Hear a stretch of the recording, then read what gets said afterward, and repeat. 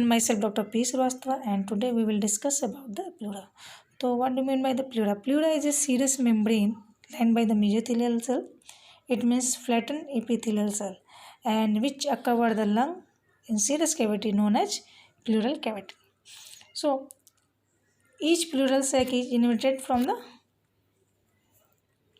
middle side by the lung. So that has an outer layer. Outer layer is known as parietal pleura, and inner layer which very closely attached to the lungs is known as visceral air pulmonary layer. So first one is the what do you mean by the visceral air pulmonary pleura? So it is a serous layer of the pulmonary pleura, right? Inner one is the visceral pleura. This one is the visceral pleura, and it is a serous layer and cover the surface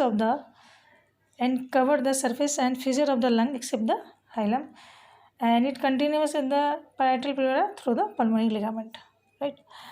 And in lungs it firmly attached and we will not separate to it, right? Visceral pleura and pulmonary pleura. So there is a what is a nerve supply. So because of it attached with the directly through the lungs, so it is supplied by the same nerve which are also supply the lungs, right? So first is the autonomic nervous system. Autonomic nervous system gives two branches, sympathetic and parasympathetic. Sympathetic is the branch of the second and fifth sympathetic ganglion, and it dilate the bronchi. And parasympathetic nerve, it arises from the vagus nerve and it narrow the bronchial tree and secrete the gland. Blood supply and lymphatic drainage, same as lungs. So artery supply through the bronchial artery, and venous drainage through the bronchial vein, and lymphatic drainage through the bronchopulmonary lymph nodes. Next is the parietal pleura.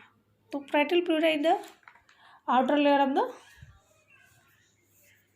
lungs, and it is subdivided into four parts.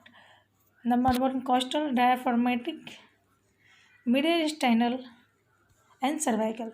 This is the cervical region, so known as cervical pleura. This is the costal surface known as costal pleura. This is a mediastinal surface known as mediastinal pleura, both sided, and in diaphragmatic surface this is known as diaphragmatic pleura. Attached by the layer of alveolar tissue is called endothelial fascia. Second, in the mediastinal pleura, this you will see the medial portion of the lungs where it covering outer surface through the parietal pleura. This is known as mediastinal pleura. So this pleura is situated in the mediastinum and reflect over the root of the lungs, right? Here is the root of lungs are situated, and in which it reflected and it reflected over the lungs and becomes the continue with the pulmonary pleura. It means in medial surface the visceral means inner and outer pleura are continuous with the at the side of the root of the lungs, right? And third one is the cervical pleura. Cervical pleura stand up to the neck. This area is extend up to the neck, nearly 5 centimeter above the first costal cartilage and 2.5 centimeter above the medial one third of the clavicle, right? And cover the apex of the lung right? And it is covered by the suprapleural membrane, right? So we will see the relationship where the cervical pleura, this one is the cervical pleura, is known as cervical dome of pleura, which we will see the relationship against the cervical pleura. So it is anteriorly subclavian artery. This is known as subclavian artery, and posteriorly to the neck of first rib, and laterally scalenus medius muscles and medially large vessels of the neck. So this is a relationship of the cervical pleura. Last one is the diaphragmatic pleura, which situated base of the lungs, and it also known as superior aspect of the lungs. It cover the base of base of lungs and get continuous with the mediastinal pleura, right? So mediastinal diaphragmatic pleura is continuous with the mediastinal pleura. What do you mean by the pulmonary ligament and what is the function? Part of parietal pleura which surrounded the root of the lungs and extend downward beyond the root and fold is called pulmonary ligament. The fold contain thin layer of loose irregular tissue and few lymphatics, right? Actually, it is also known as dead space because which expanded during the increased venous return as in exercise. So this is a dead space which provided by the pulmonary ligament and it is a part of the parietal pleura, right? What is your races? Two races of parietal pleura which act a reserve space for the lung to the expand during the deep inspiration. So first one is the known as costodiaphragmatic races and second is the known as costomediastinal races. The costomediastinal races lies entirely behind the sternum and costal cartilage. It's situated between the costal and mediastinal pleura. Right? This is also and it is also relation to the cardiac notch of the left lung. And this race is filled up by the anterior margin of the lung and even during quick breathing. In the costodiaphragmatic races, it lies inferiorly between the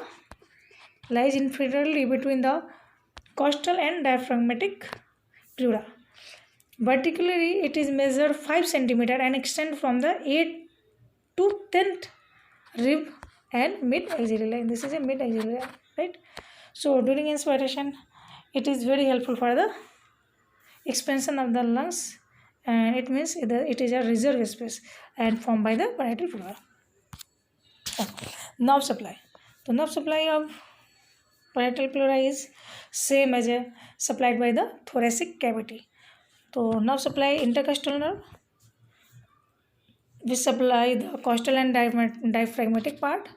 Phrenic nerve, which supply the mediastinal and central part of the diaphragmatic pleura.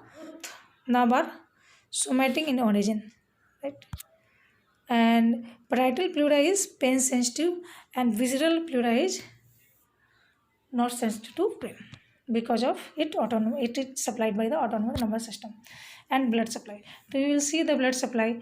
Visceral pleura is directly supplied by the pulmonary artery and parietal pleura is supplied by the intercostal artery and same arteries and venous and lymphatic drainage which supply the thoracic wall.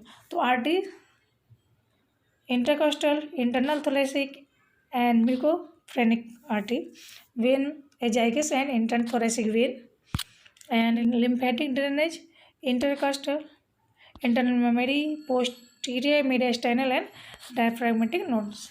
So these are the lymphatic and blood supply and nerve supply of the parietal pleura, which same as a thoracic wall.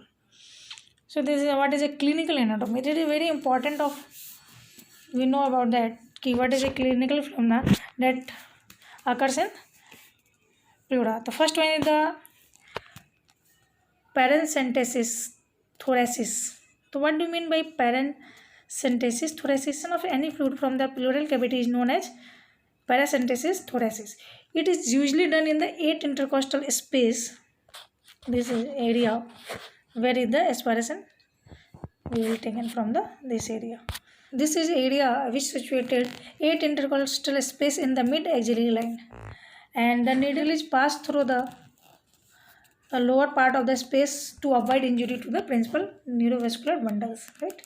Likewise, vein, artery, and nerve. So this is the precaution that we have taken from the taking aspiration of any fluid from the pleura. And other clinical features. First in the pleurisy. So what do you mean by pleurisy? Pleurisy is the inflammation of the pleura or it may be dry, or it may be accompanied by the collection of the fluid, right?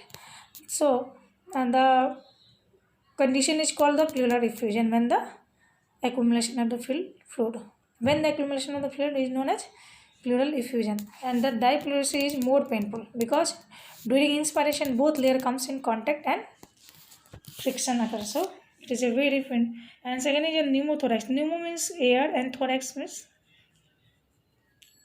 air. So presence of air in the pleural cavity is known as pneumothorax. Hemothorax. Hem is blood. So presence of blood in the pleural cavity is known as hemothorax. And hydropneumothorax. So hydro means water, pneumo means air. So presence of both fluid and air in the pleural cavity is known as hydropneumothorax. Emphysema. Emphysema is the condition where the pus in the pleural cavity. So this is the clinical anatomy where is the this is different pleura and their anatomy. Okay, thank you very much.